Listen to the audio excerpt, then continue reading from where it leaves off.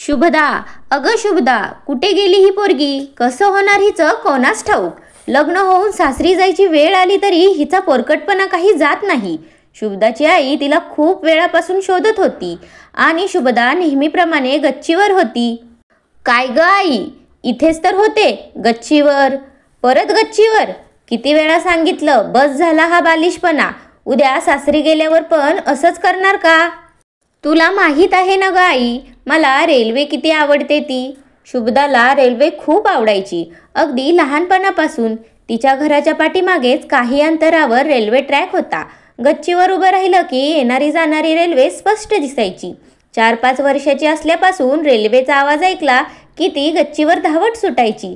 Railway नजरेआड होईपर्यंत तिथेच तिला एकटक पाहत उभी राहायची. तिला रेल्वेविषयी एक आकर्षण जाणवायचं. रेल्वे तिला जीवाभावाची जवळची भासायची. 2 महिन्यांवर तिचं लग्न येऊन ठेपलं होतं. सागर, तिचा होणारा नवरा, आर्मीमध्ये कार्यरत होता. सध्या त्याची पोस्टिंग पाठणकोट येथे होती. लग्नापूर्वीची ती अनोखी हुरूर, एकमेकांबद्दलची ओढ, फोनवर एकमेकांशी तासनतास गप्पा मारणे, सुखी संसाराची गोड स्वप्न पाहणे, सोबत लग्नाची तयारी, खरेदी, या सगळ्यात 2 महिने कसे निघून गेले समजलेच नाही. मोठ्या थाटामाटात, धूमधडाक्यात शुभदाचं लग्न पार पडलं आणि ती सासरी आली. ती खूप खुश होती. सासू सासरे लेकीसारखा जीव लावायचे. सागर 1 महिन्यांची रजा घेऊन आला होता. लग्न, पूजा, हनीमून या सगळ्यात 1 महिना पंख लागल्यासारखा उडून गेला आणि सागरच्या पोस्टिंगच्या ठिकाणी जाण्याचा दिवस उजाडला. सागर जाणार म्हणून 2 दिवस आधीपासूनच ती थोडी उदास होती. सागर, तुम्ही लगेच चाललात? नका ना जाऊ इतक्या लवकर. आता कुठे, आपल्या लग्नाला 1 महिना पूर्ण झाला आहे आणि तुम्ही लगेच निघालात. शुभदा काकुळतीला येऊन त्याला बोलत होती. अगं, मला तरी कुठे जाऊ वाटतंय, पण माझाही नाईलाज आहे. जावं तर लागणार ना. मी पुढच्या वेळेस नक्की लवकर येण्याचा प्रयत्न करेन. आणि काळजी कशाला करतेस? तुझी जीवाभावाची मैत्रीण आहे की माझ्यासोबत माझी काळजी घ्यायला. ती मला परत येऊन घेईल की तुझ्याकडे? ती आश्चर्याने त्याच्याकडे पाहू लागली. अगं, अशी काय पाहतेस? तुझी सख्खी रेल्वे आवडते ना तुला, म्हणत तो हसू लागला.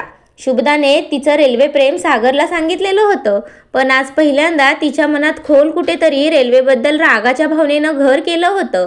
कारण तिची जीवाभावाची रेल्वे आज तिच्या सागरला तिच्यापासून दूर नेणार होती. पुढच्या वेळेस सुट्टीवर आल्यानंतर जाताना तिलाही सोबत घेऊन जाण्याचं वचन त्याने तिला दिलं आणि ती सुखावली. तिलाही सागरमुळे रेल्वेचा प्रवास करायला भेटणार होता. तिचे सगळे नातेवाईक जवळपासच्याच गावात राहत असल्यामुळे लांब जाण्याचा कधी प्रश्नच नव्हता.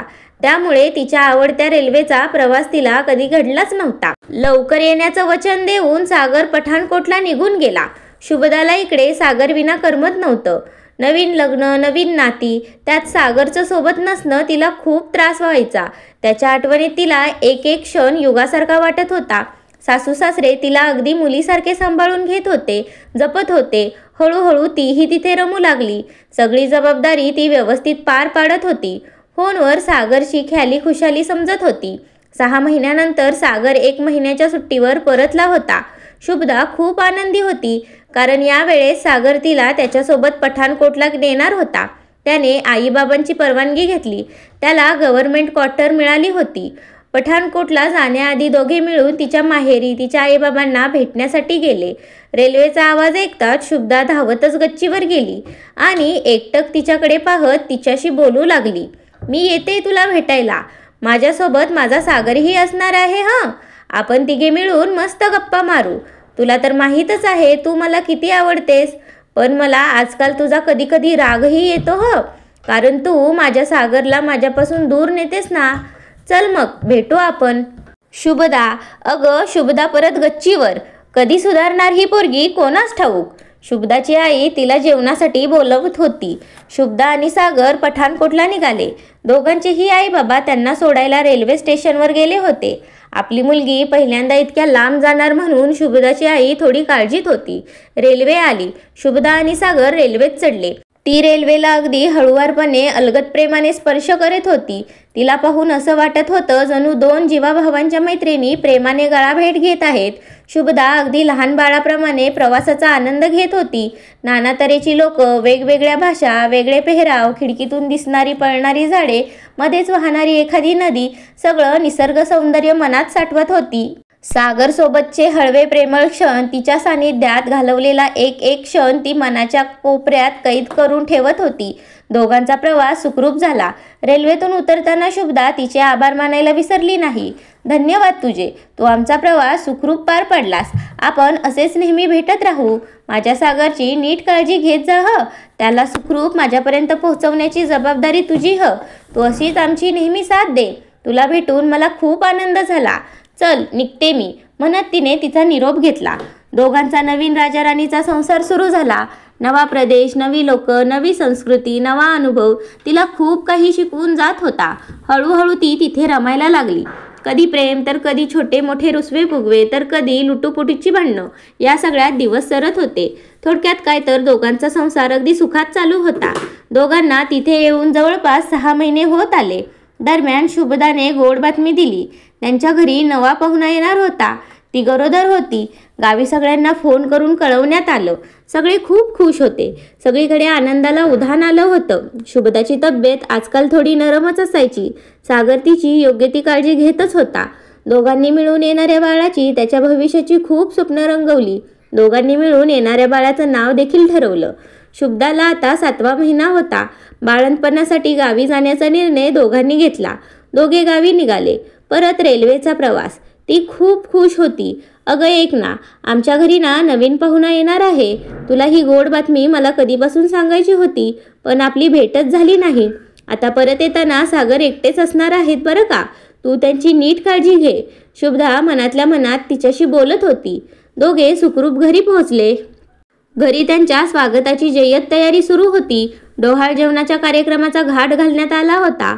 कार्यक्रम एकदम थाटामाटात निर्विघ्नपणे पार पडला. सागरची सुट्टी संपत आली होती.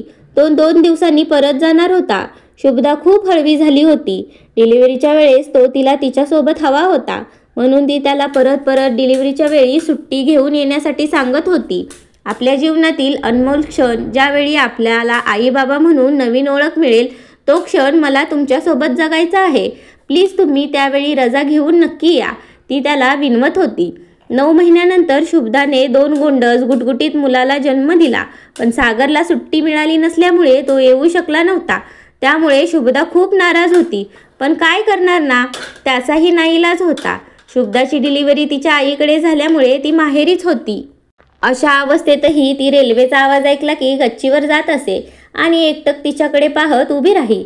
माझ्या सागरला लवकर घेऊन ये ग, म्हणत ती ओरडायची. रेल्वेला पाहिलं की तिला सागरची आठवण होई. सागरला अजून 2-3 महिने तरी सुट्टी मिळणार नव्हती. 1.25 महिन्यानंतर बाळाचं बारसं केलं. बाळांचं नाव अद्वैत ठेवण्यात आलं. 2 महिन्यानंतर शुभदा बाळाला घेऊन सासरी परतली. सगळेजण सागरच्या येण्याची वाट पाहत होते. सागरला यायला अजून 1 महिना बाकी होता. शुभदा सागरच्या वाटेकडे डोळे लावून बसली होती. हा 1 महिना तिला संपत नव्हता. सागरची सुट्टी मंजूर झाली होती. तो घरी यायला निघाला होता. 2 दिवसात तो घरी पोहोचणार होता. दुपारी सगळे जेवण करून वामकुक्षी घेण्याच्या तयारीत होते. इतक्यात सागरच्या आर्मी युनिटचा हेडक्वार्टरमधून त्याच्या बाबांना फोन येतो. सागरला मुंबईच्या मिलिटरी हॉस्पिटलमध्ये ॲडमिट करण्यात आलं आहे, तरी तुम्ही ताबडतोब तिथे पोहोचा. अहो, पण काय झालं? तो तर गावी येण्यासाठी निघाला होता ना. तो तर रेल्वेनी प्रवास करत होता आणि अचानक तो मुंबईच्या हॉस्पिटलमध्ये कसा काय पोहोचला? काय झालं त्याला? कसा आहे तो? प्लीज सांगा. त्यांचा हात थरथरत होता. तोंडातून शब्द कसेबसे बाहेर पडत होते. नक्की काय झालं ते आम्हालाही माहीत नाही. मुंबईच्या आसपास तो रेल्वेत प्रवास करत असताना अचानक चक्कर येऊन कोसळला. रेल्वेतील प्रवाशांनी रेल्वे अधिकाऱ्यांशी संपर्क साधून त्याला त्वरित उपचारासाठी जवळच्याच हॉस्पिटलमध्ये नेण्यात आलं. तिथे त्याला प्रथमोपचार देऊन मिलिटरी हॉस्पिटलमध्ये शिफ्ट करण्यात आला आहे. तो आता व्यवस्थित आहे. काही काळजी करू नका. तरी तुम्ही ताबडतोब तिथे पोहोचा. पलीकडून ही बातमी देण्यात आली. हे सगळं ऐकून त्यांचं अवसादनच गळालं. ते मटकन खाली बसले. सगळं छान चाललेलं असताना हे अचानक काय घडलं? त्यांच्या मनात एक अनामिक भीती दाटून आली आणि डोळ्यात अश्रू. सगळं बळ एकवटून ते उठले आणि मुंबईला जायच्या तयारीला लागले. शुभदाच्या सासऱ्यांनी तिच्या बाबांना फोन करून सगळी कल्पना दिली. तेही त्यांच्यासोबत मुंबईला जाण्यासाठी निघाले. सागरची आई टेन्शनमध्ये आली होती.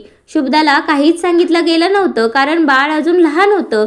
सागरसोबत नेमकं काय घडलंय हे नक्की माहीत नसल्यामुळे उगीच शुभदाला त्रास नको असं सगळ्यांना वाटत होतं. सागर व्यवस्थित असेल, जास्त काही सिरियस नसेल तर त्याला सोबतच घेऊन येऊ असं सांगून दोघेही मुंबईला रवाना झाले. शुभदाची आई तिच्या घरी त्यांच्या सोबतीला आली होती. अचानक आई आल्यामुळे शुभदा खूप खुश झाली. आईला अचानक कशी आलीस विचारल्यावर, जावई बापू उद्या येणार ना, म्हटलं त्यांच्या स्वागताला जावं म्हणून आलो त्यांना भेटायला म्हणत वेळ मारून नेली. इकडे मुंबईत हॉस्पिटलमध्ये पोहोचल्यानंतर सागरची तब्येत खूप सिरियस असल्याचं त्या दोघांना सांगण्यात आलं होतं. त्याला ब्रेन हॅमरेज, मेंदू रक्तस्राव झाला होता. ब्रेन हॅमरेज झाल्यानंतर त्याला जर तातडीने 2 ते 3 तासांच्या आत जर वैद्यकीय उपचार मिळाले असते तर त्याची तब्येत इतकी सिरियस झाली नसती. पण तो प्रवास करत असल्यामुळे, रेल्वेत असल्यामुळे त्याला उपचार करण्यास उशीर झाला. त्यामुळे मेंदूत जास्त प्रमाणात रक्तस्राव झाला. मेंदूतील रक्तवाहिन्यांचं जास्त प्रमाणात नुकसान झालं होतं. त्याच्या शरीराची काहीच हालचाल होत नव्हती. त्याचं पूर्ण शरीर पॅरलाइज होऊन पडलं होतं. डॉक्टरांना त्याच्या जगण्याची काहीच आशा दिसत नव्हती. हे सगळं ऐकून सागर आणि शुभदाच्या बाबांचा धीर सुटत चालला होता. दोघेही देवाकडे प्रार्थना करू लागले. त्यांनी शुभदा आणि बाळालाही तिथे बोलावून घेण्याचं ठरवलं. त्याप्रमाणे शुभदा, तिची आई आणि सासू तिघेही मुंबईला रवाना झाल्या. शुभदाला काहीच कळत नव्हतं ते सगळे हॉस्पिटलमध्ये का आले आहेत. तिला सागर होता त्या रूममध्ये नेण्यात आलं. सागरची अवस्था पाहून तिला काय करावं काहीच कळेना. सगळ्यांच्या तोंडाकडे पाहून फक्त हातवारे करू लागली. तिच्या तोंडून शब्दच फुटत नव्हते. तिच्या बाबांनी तिला जवळ घेऊन सर्व काही सांगितलं. सागरबद्दल ऐकून ती आतून पूर्णपणे मोडून पडली होती. त्याची अवस्था तिला बघवत नव्हती. ती बाळाला घेऊन सागरकडे गेली. तुम्हाला काही नाही होणार, मी तुम्हाला काही होऊच देणार नाही. आपल्या बाळासाठी तुम्हाला नीट व्हावं लागेल. हे बघा, बाळ कसं तुमच्याकडे पाहून हसतंय. त्याला तुम्हाला कुशीत घ्यायचं आहे ना. अहो, आपण किती स्वप्न बघितली ना, ती सगळी पूर्ण करायची आहेत आपण दोघांनी मिळून. ती त्याच्याशी बोलत होती. त्याचं शरीर काहीच प्रतिसाद देत नव्हतं. फक्त डोळ्यातून अश्रू वाहत होते. तो बोलूही शकत नव्हता. तो नजरेनेच खुणावून बाळाला घ्यायचं आहे असं सांगत होता आणि अश्रू गाळत होता. त्याची हतबलता पाहून सगळ्यांनाच गलबलून येत होतं. रात्री अचानक त्याची तब्येत खूप बिघडली. त्याची घालमेल कोणालाही पाहत नव्हती. डॉक्टरांची धावाधाव सुरू झाली. त्याला वाचवण्यासाठी शर्थीचे प्रयत्न करण्यात आले, पण व्यर्थ. तो गेला कायमचा, तिला एकटीला टाकून, बाळाला कुशीत न घेताच. सागरच्या जाण्याचा मोठा मानसिक धक्का शुभदाला बसला होता. ती सागरच्या जाण्यानंतर रडली देखील नाही. ती कोणाशी बोलत नव्हती. आपल्याला एक बाळ आहे हे देखील ती विसरली होती. बाळ रडले तरी तिला काही फरक पडत नव्हता. शून्यात नजर लावून तासनतास सागरचा फोटो हातात घेऊन बसून राहायची. तिला डॉक्टरांना दाखवण्यात आलं, पण काही फायदा झाला नाही. डॉक्टरांचं म्हणणं होतं की तिनं व्यक्त होणं फार गरजेचं आहे. जर ती रडली नाही किंवा काही बोलली नाही तर तिच्या डोक्यावर परिणाम होऊ शकतो. पण ती कोणत्याच गोष्टीला प्रतिसाद देत नव्हती. तिची आई तिला काही दिवसांनी माहेरी घेऊन गेली. तिच्या परिस्थितीत काहीच फरक पडत नव्हता. बाळाचं सगळं तिची आईच बघायची. ती एका कठपुतलीसारखी बनली होती. अचानक तिच्या कानात रेल्वेचा आवाज पडला आणि ती धावतच गच्चीवर गेली. सागर, सागर म्हणून ती ओरडू लागली. येणारे सागर, का मला असं एकटीला सोडून गेलास, म्हणत तिने मोठ्याने हंबरडा फोडला. रडत रडत ती रेल्वेशी असंबंध बोलू लागली. असं कसं झालं ग? माझ्या सागरला माझ्यापर्यंत सुखरूप पोहोचवण्याची जबाबदारी मी तुझ्यावर सोपवली होती ना. माझ्या प्रत्येक सुखात तू माझी भागीदार होतीस. माझ्या मनातील प्रत्येक गोष्ट मी तुला निसंकोच सांगायचे ना ग. तू मला अगदी जीवाभावाची वाटायचीस. मला तुझं खूप अप्रूप वाटायचं ग. तू 2 बिछडलेल्या जीवांना एक करायचीस. कधी एखाद्या आईला तिच्या लेकरांना भेटवणार असणार तू. किती लोकांना तू आनंदाचे क्षण दिले असशील. पण माझ्या दुःखाची साक्षीदार तूच बनावस. तुला पाहिलं की मला किती आनंद व्हायचा. तुला माहीतच आहे ना ग. पण माझ्या सुखाची भागीदार आज माझ्या दुःखाची साक्षीदार बनली, म्हणत ती रागारागाने खाली पळत आली आणि अद्वैतला आपल्या बाळाला छातीशी कवटाळून ओक्साबोक्शी रडू लागली. रेल्वे आणि शुभदाचं नातं आजन्म तसंच अबाधित राहणार होतं, पण त्या नात्याचं स्वरूप मात्र जरूर बदलत होतं. कथा आवडली असेल तर आपल्या चॅनलला सबस्क्राईब करा, व्हिडिओला लाईक करा आणि हो, कमेंटही करायला विसरू नका. धन्यवाद.